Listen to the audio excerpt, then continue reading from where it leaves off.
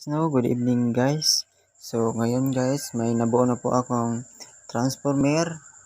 Kasing laki yan guys. Ang volt niya po sa AC ay 63 volts. 63063 po ang volts niya sa transformer po.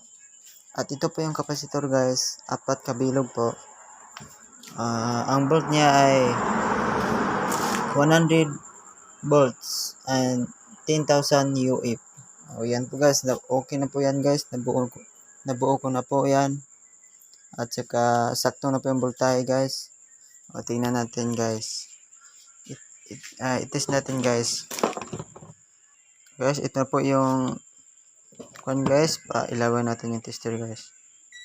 Lagay natin sa AC. Sa voltage. Lang. Ito po lagay natin yung ground. Ito po yung ground guys. Yung black. Lagay natin. Tapos i-test natin guys. Tingnan nyo guys yung tester. Yan guys. Sige, test tayo sa positive guys. Yan. Yan po. DC, select na yan sa DC guys. Hindi pala nag-DC. Yan guys, DC na guys. At yung test natin, yung positive.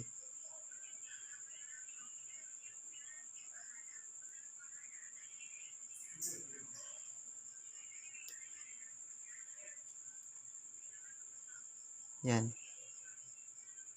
88.3 guys. Lagay natin sa negative guys. Same lang po yung price guys.